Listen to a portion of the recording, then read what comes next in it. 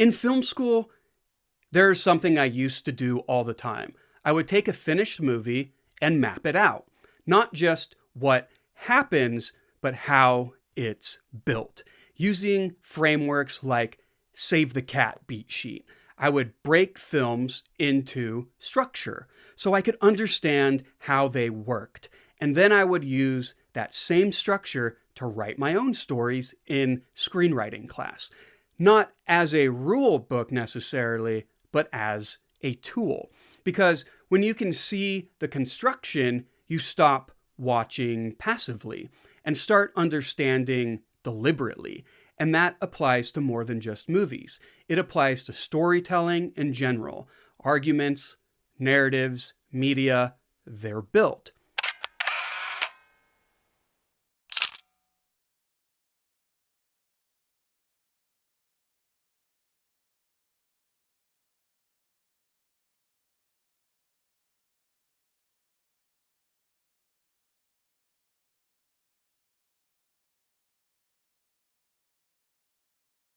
This is the Sword in the Stone, mapped onto the 15 beats of Save the Cat.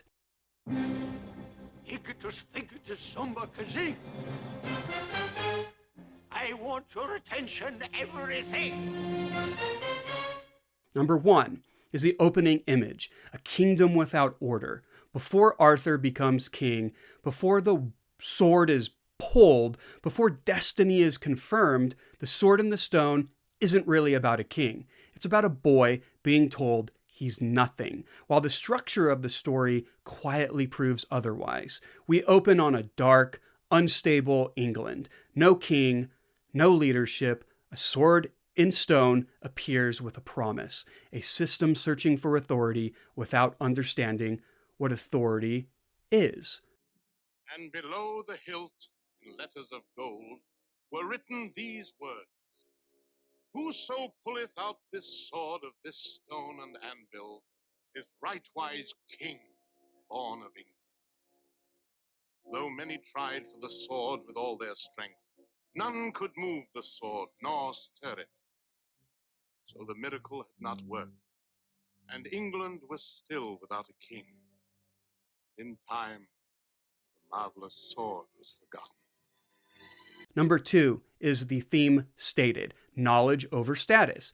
Before Merlin even meets Wart, he already knows someone is coming. Not who exactly, but he knows someone will arrive, and he will train them, and they will do great things. You should be here in, I'd say half an hour. Who? Who? I'd like to know who. I told you, Archimedes, I am not sure. All I know is that someone will be coming. Someone very important. Pin feathers. Fate will direct him to me so that I, in turn, may guide him to his rightful place in the world. Number 3 is the setup, Wart's position in the system.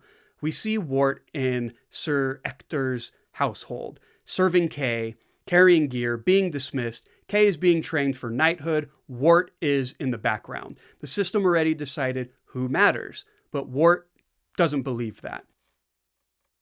Quiet, Wart. I'm trying to be. And nobody asked you to come along in the first place. I'm not even moving. Shut up.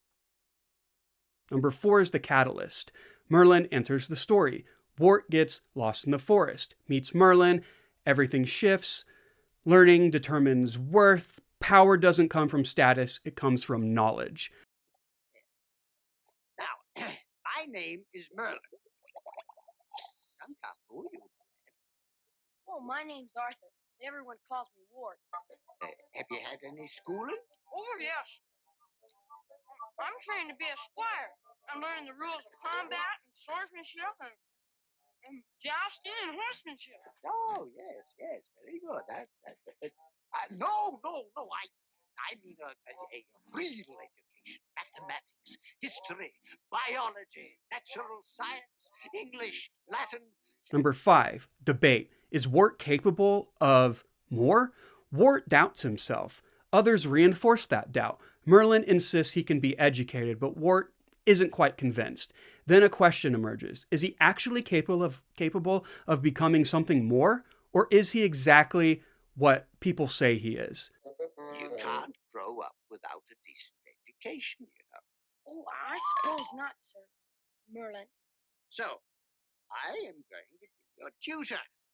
I've got to get back to the castle. They'll want me in the kitchen. What, lad? How'd you like to go to London? Oh, Sir Hector, you mean it? If you stick to your duties, you can be Kay's squire. Oh, I will, sir, I will. One dummy trying to knock off another dummy with a bit of a stick. And the wart's just as hot for it as the rest of them. He certainly is. That boy's got real spark. Lots of spirit. Throws himself heart and soul in everything he does. That's really worth something if it can only be turned in the right direction. Number 6 is break into 2.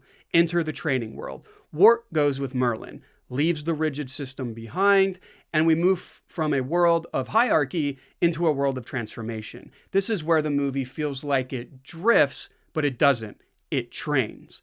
I'd give anything to go riding about on a great white charger, slaying dragons and griffins and man-eating giants. Won't you? Oh, no. You see, I'm an orphan and a knight must be of proper birth. I only hope I'm worthy to be Kay's squire. That's a big job too, you know. Number 7 is the B story, the mentor relationship. The core relationship is Merlin and Wart, teacher and student. This is not about plot progression, it's about development. I know that trip to London means a great deal to you. Oh, it's not your fault. I shouldn't have popped off. Now I'm really done for. No, you're in a great spot, boy. You can't go down now. It can only be up from here. I'd like to know how. Use your head. An education, lad. What good will that do? Get it first, and who knows? Are you willing to try? Well, what have I got to lose? Got to get all these medieval ideas out of your head. Clear the way for new ideas. Knowledge of man's fabulous discoveries in the centuries ahead. Now, that'll be a great advantage, boy. Advantage indeed. If the boy goes about saying the world is round, they'll take him for a lunatic. The world is round? Number 8 is fun and games, training through transformation. This is the promise of the premise, learning by becoming.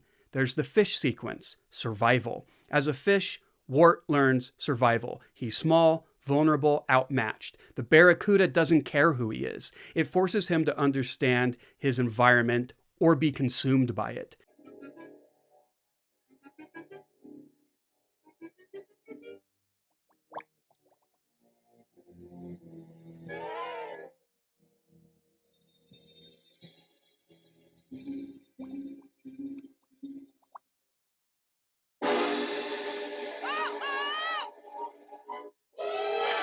Bravo, boy! Great strategy.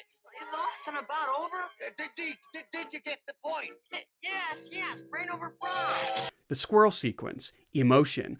Wart becomes a squirrel. He learns emotion, connection, confusion, instinct. The female squirrel falls in love with him, and Wart doesn't understand what to do with that. It's not about romance. It's about emotional awareness and the limits of logic.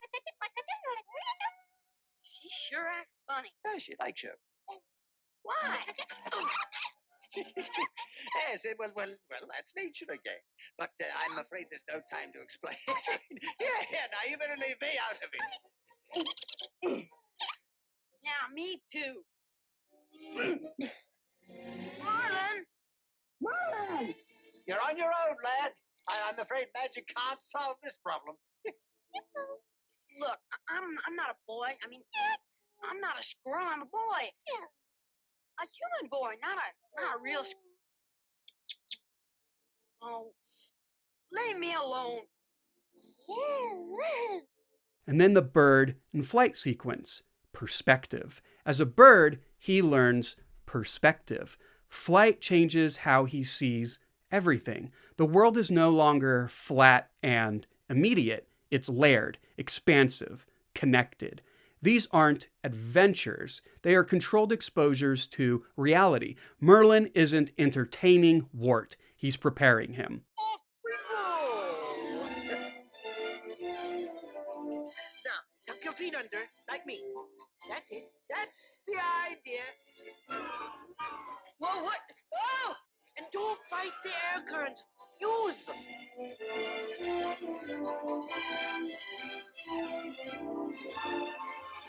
Number 9 is the midpoint, Madam Mim and False Power, the wizard duel.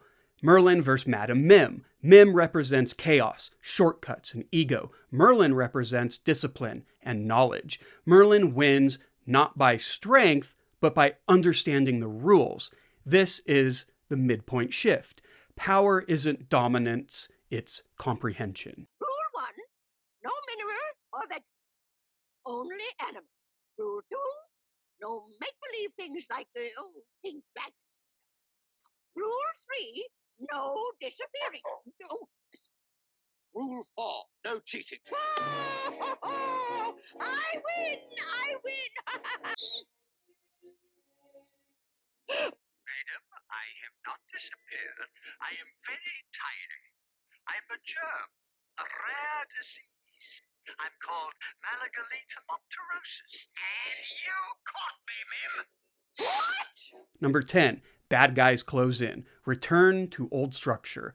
Wart returns home. Nothing has changed externally. The pressure comes from expectations. The system still doesn't recognize him. Here's to Sir Kay. Who knows? The future king of all England. Watch it, will ya? Kay the king. What a dreadful thought. Number 11, all is lost. Merlin leaves. No warning, no support. Wart loses guidance. This is the lowest point. Merlin, look! I'm a squire! Ha! Oh, very nice, boy. Yes, indeed. A fine monkey suit for polishing boots. It's what all squires wear.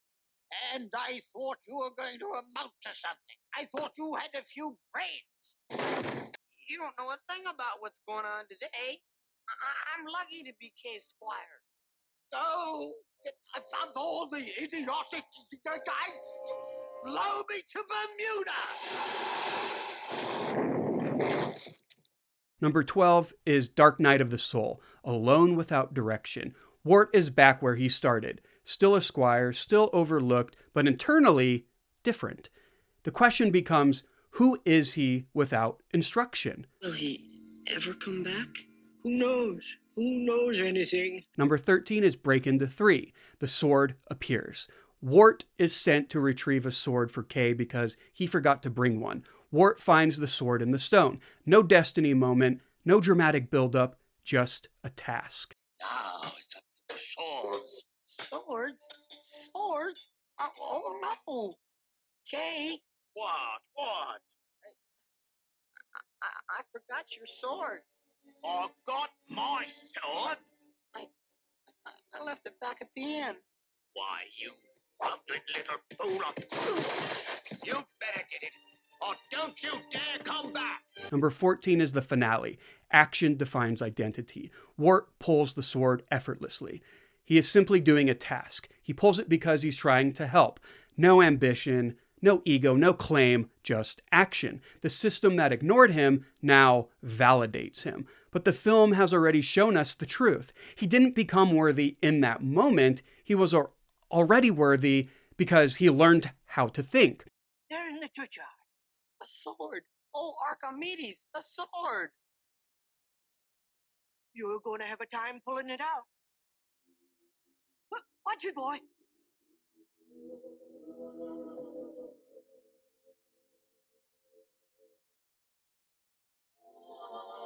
Better leave it alone. But Kay's got to have a sword.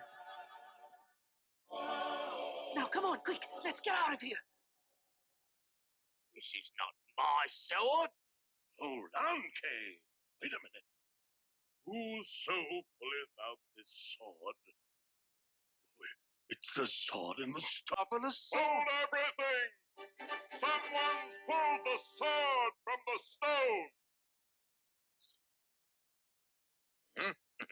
All right, boy. Let's have the miracle.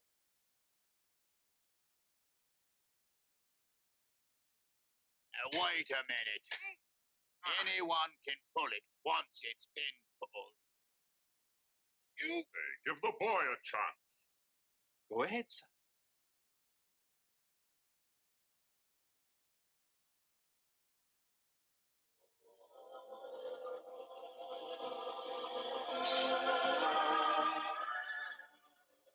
It's a miracle ordained by heaven. This boy is our king. Number 15 is the final image, a king with perspective. The final image is Arthur as king, but internally he's still warped. The difference is perspective. Action reveals identity, not titles, not declarations, action. I can't be a king, Archimedes.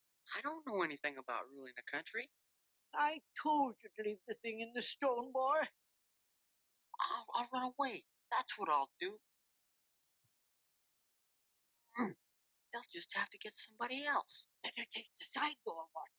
Out the side door. Hail, King Arthur! You'll become a great legend. They'll be writing books about you for centuries to come. Why, they might even make a motion picture about you. Motion picture? Oh. That's something like television. Without commercials. This is not a story about destiny. It's a story about preparation, a system searching for power, accidentally selecting someone who understands it. Because the real irony is this: the kingdom thought it needed a king, but what it actually needed was someone who had already learned how the world works before being given control over it. And that's why the sword moves. Not because of fate, but because of readiness. This is the best part now. Hicketus, ficketus, micketus, boom, prestidigitonium. Hicketus, ficketus, micketus, boom, prestidigitonium.